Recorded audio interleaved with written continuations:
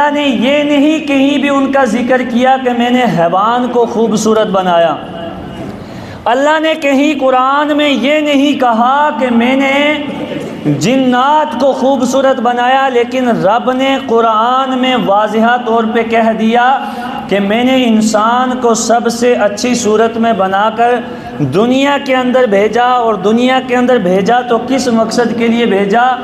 दूसरे मुकाम पे अल्लाह ने इरशाद फरमाया कि वमा खलक़तुल जिन्न वल इंसा इल्ला लियअबुदून, कि मैंने जिन और इंसान को अपनी बंदगी और अपनी इबादत के लिए पैदा किया। बोलो सुबहान अल्लाह। देखो, अल्लाह ने इंसान को खूबसूरत बनाया, लेकिन इंसान अल्लाह को भूल गया कि अल्लाह ताला ने हमें किस लिए बनाया। इंसान अपने काम काज में, अपने मसरूफियात में लगा रहा और फ़िक्र रोज़ी में लगा रहा तो रब को भूल गया। लेकिन अल्लाह का कुरान क्या कहता है? आप तवज्जो से सुने, अल्लाह का कुरान क्या कह रहा है? अल्लाह का कुरान कह रहा है कि जब बदर के मैदान में नबी अली सलातो सलाम ने अबू जेल को पकड़ा तो पकड़ के कहा सुम्मा औला लका फ़औला।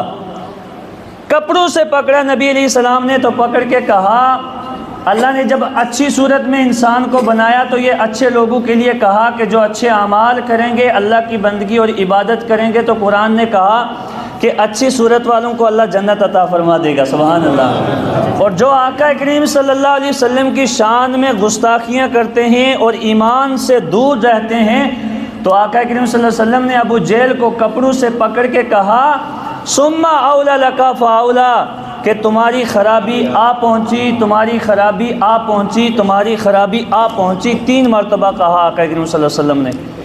कहने के बाद अबू जेल से कहा तो माज़ अल्लाह सुम्मा माज़ अल्लाह, उसका किरदार ही ऐसा था, ईमान से दूर था। क्यों कि ख़तम अल्लाहु अला क़ुलूबिहिम व अला समीहिम व अला अबसारिहिम, अल्लाह ताला ने मोहर लगा दी। जो ईमान से दूर हो गए, उनके दिलों पर, उनकी आँखों पे, उनके कानों पर, ना वो सुनते हैं ईमान को, ना वो देखते हैं, ना पढ़ते हैं, ना उन्हें ईमान हासिल हो सकता है। तो अबू जेल ने कहा माज़ अल्लाह, ना मैं तुझे मानूंगा ए नबी, ना तेरे रब को मानूंगा, माज़ अल्लाह मैं खुदा हूँ। और नबी अलैहि सलाम ने फरमाया इस आयत की तफसीर में कि हर उम्मत का कोई ना कोई फ़िरौन गुज़रा, लेकिन मेरी उम्मत का फ़िरौन अबू जेल है। नबी अलैहि सलाम ने फरमाया कि मेरी उम्मत का फ़िरौन कौन है? अबू जेल है। अब आपने इस बात से अंदाज़ा लगाना है कि जब रब ने कह दिया कि मैंने इंसान को सबसे ज़्यादा खूबसूरत बनाया, लेकिन यहाँ किसी के रंग का तज़किरा अल्लाह ने नहीं फरमाया कि फ़लाँ खूबसूरत बना दिया तो फ़लाँ काले रंग का बना दिया। हज़रत बिलाल रज़ी अल्लाह ताला अन जो थे नबी अलैहि सलातो सलाम के ग़ुलाम थे, रंग के काले थे, लेकिन नबी अलैहि सलातो सलाम से पहले पहले हज़रत बिलाल जन्नत में जा पहुँचेंगे। हैं वो किस तरह हज़रत बिलाल नबी से पहले जन्नत में जाएंगे? इस तरीके से जाएंगे कि मेरे आका घोड़े के ऊपर सवार होंगे और हज़रत बिलाल ने नबी अलैहिस्सलातु वस्सलाम के घोड़े की लगाम पकड़ी होगी, तो पहले बिलाल जन्नत में जाएंगे, बाद में मुस्तफ़ा दाखिल हो जाएंगे। तो ए मुसलमानों, आप इस बातों पे गौर करो कि अल्लाह ताला ने हमें खूबसूरत बनाया। अल्लाह ने कुरान में कह दिया कि मैंने इंसान को खूबसूरत बनाया, तो अपने चेहरे पे खड़े होकर जब आईना देखते हो तो अल्लाह का शुक्र अदा किया करो कि या अल्लाह तेरा शुक्र है कि तूने हमें इंसान बनाया। अल्लाह कहता है कि इंसान अगर मैं चाहता तो तुझे किसी और शक्ल में गधे, कुत्ते, बिल्ले, बंदर की शक्ल बनाकर तुझे दुनिया के अंदर भेज देता, लेकिन नहीं, अल्लाह का कुरान कह रहा है कि इंसान को सबसे अच्छी सूरत में बनाया। फिर 29वें पारे में अल्लाह ने जिक्र किया कि इंसान, अल्लाह ने तुझे खूबसूरत बनाया तो है, लेकिन तू ये मत सोचना कि तेरे ऊपर कोई जिम्मेदारी नहीं है, तू ये मत सोचना कि तुझे कोई पूछताछ नहीं होगी, तू ये मत सोचना कि तू दुनिया में ऐश आराम की ज़िंदगी गुजारेगा। अल्लाह ने कहा, ए मेरे बंदे, जब मैंने तुझे खूबसूरत बनाया है, तेरे ज़िम्मे मैंने कुछ ज़िम्मेदारियां लगाई हैं, फिर जब तू लौट के मेरी बारगाह में आएगा तो फिर तुझसे राई के दाने के बराबर हिसाब लिया जाएगा। हैं? फिर अल्लाह का कुरान कहता है, इकरा किताबा का कफ़ा बिनफ्सिकल यौमा अलैका हसीबा। ए बंदे, तूने दुनिया के अंदर जो कुछ भी कमाया, जो कुछ भी किया, क़यामत के दिन, क़यामत की सुबह में रजिस्टर खोल के तेरे सामने रखा जाएगा। फिर तू पढ़ेगा दुनिया के अंदर कि रब ने मुझे बनाया था अच्छी सूरत में, लेकिन मैं बद अमाल, बद अखलाक़ी करके आया। फिर जिन्होंने बद अमाल किए, जिन्होंने बद अखलाक़ियाँ की, तो फिर क़यामत के दिन उनके चेहरे जो हैं वो बिगड़ जाएंगे, उनकी सूरतें तब्दील करके उनकी जहन्नमियों वाली सूरतें हो जाएंगी, उनके लिबास जहन्नमियों के पहना के उनको जहन्नम में दाखिल कर दिया जाएगा। लेकिन जिन्होंने अल्लाह के इस फरमान को समझा, अल्लाह का शुक्र अदा किया, अपने ईमान पे कामिल रहे, अल्लाह को एक माना, उसके रसूल, उसके नबियों, सहाबा को, तबाईन को, तबा ताबीन को मान कर दुनिया में अच्छे अमाल पे अपनी ज़िंदगी को बसर करके इस दुनिया से गया, तो जब वो इस दुनिया से जाएगा तो फिर कब्र में भी उसको दीदार नसीब होगा, आखिरत में भी मेरे नबी उसकी शफाअत करके उसको जन्नत दाखिल अता फरमा देंगे।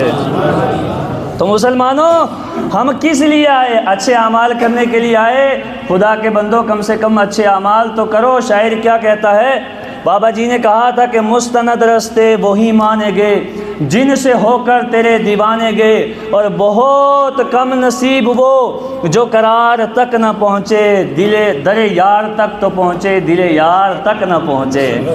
तो दिल तक पहुँचना, नीयत का साफ़ रखना, नीयत का साफ़ रखना, ये भी मुसलमान के आमाल की पहचान है।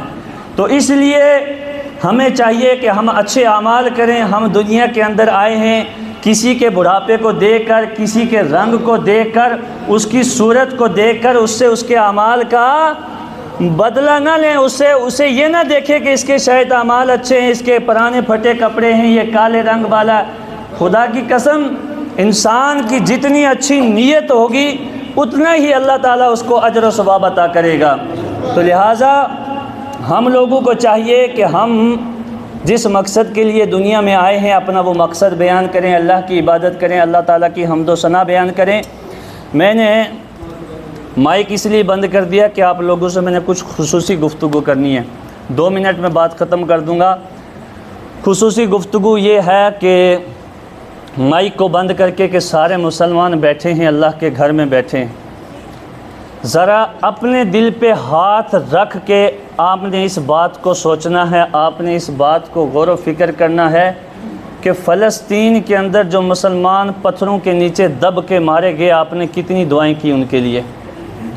आपने, मैं नहीं आपसे कह रहा हूँ, आपने अपने आप से सवाल करना है कि खुदा के बंदे, अगर उसी जगह तेरा बच्चा होता, एक बाप अपने हाथों में 3-3 लाशें लेकर जा रहा है, एक माँ अपनी हाथ में 3-3 लाशें, छोटे छोटे 5-5 साल के बच्चे पत्थरों के नीचे से निकाल के, किसी के बाजू नहीं, किसी का सर नहीं, किसी का चेहरा नहीं, किसी की लातें नहीं, किसी का पाँव नहीं बेचारे का, तो वो माँ पत्थरों के नीचे से निकाल कर अपने बच्चों का जनाजा, 3-3 बेटे, खुदा की कसम 2-2 बेटे अपने हाथों में लेकर जो है वो माँ कब्रिस्तान की तरफ जा रही है। ए खुदा के बंदो, अगर कल क़यामत के दिन हमसे ये सवाल किया गया कि अल्लाह ने कह दिया था कुरान में, वक़ाल रब्बुकुम उदऊनी उस्तजिब लकुम, तुम मुझसे दुआ करो मैं तुम्हारी दुआएं कबूल करूँगा, और अल्लाह कहता है किसी के लिए दुआ करके अपनी दुआ की फ़िक्र मत करो, और किसी के लिए बुग़्ज़ लेकर अपने लिए दुआ मत करो। ए मुसलमानों, बताओ तुम्हारे अंदर इतनी हिम्मत भी नहीं थी कि जब फ़लस्तीन के ऊपर जुल्म हो रहा था तो तुम हाथ उठाकर दुआ नहीं कर सकते थे? मानता हूँ मैं कि इस टाइम हमारे गले में फंदा है, रस्सियाँ हैं, हम लाचार हैं, हम बोल नहीं सकते, आवाज़ हम नहीं उठा सकते, हमारे गले घुटे हुए हैं। हम समझते हैं कि हम एक ऐसी जगह पे रहते हैं कि जहाँ अगर हम आवाज़ उठाएंगे भी तो हम कई दिनों के लिए, हो सकता है कोई हमें उठा के बोलेगा चल भाई अंदर हो जा। मैंने फ़ेसबुक पे सिर्फ फ़लस्तीन की एक ही फ़ोटो डाली थी तो मेरा फ़ेसबुक ब्लॉक हो गया। अब सोचो अगर आप आवाज़ उठाएंगे तो आपका क्या होगा। कम से कम यार इतना करें कि कम से कम फ़लस्तीन वालों के लिए दुआ तो करें।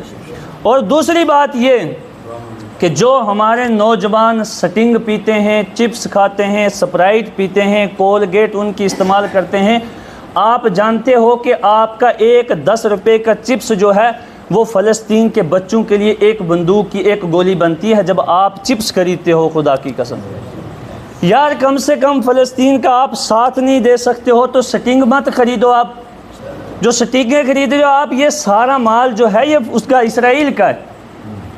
आई समझ, चिप्स नहीं खाओगे तो आप ज़िंदा नहीं रहोगे।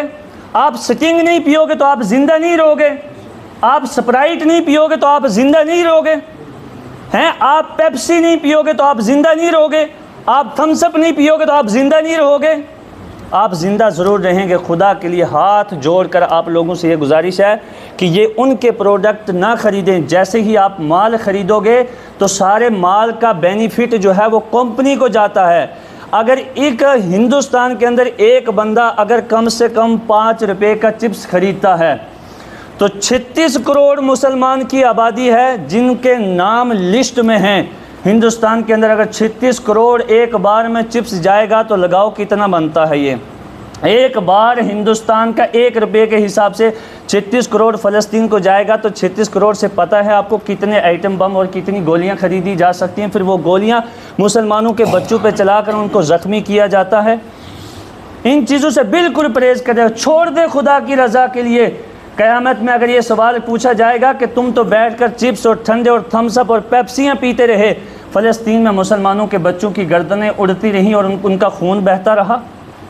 खुदा के लिए हाथ जोड़ने हैं। आओ हम सब मिलकर नमाज के बाद आप भी दुआ करिएंगे, मैं भी दुआ करूँगा। या अल्लाह फ़लस्तीन के मुसलमानों की हिफाजत फरमा, या अल्लाह फ़लस्तीन के मुसलमानों की गैबी इमदाद अता फरमा।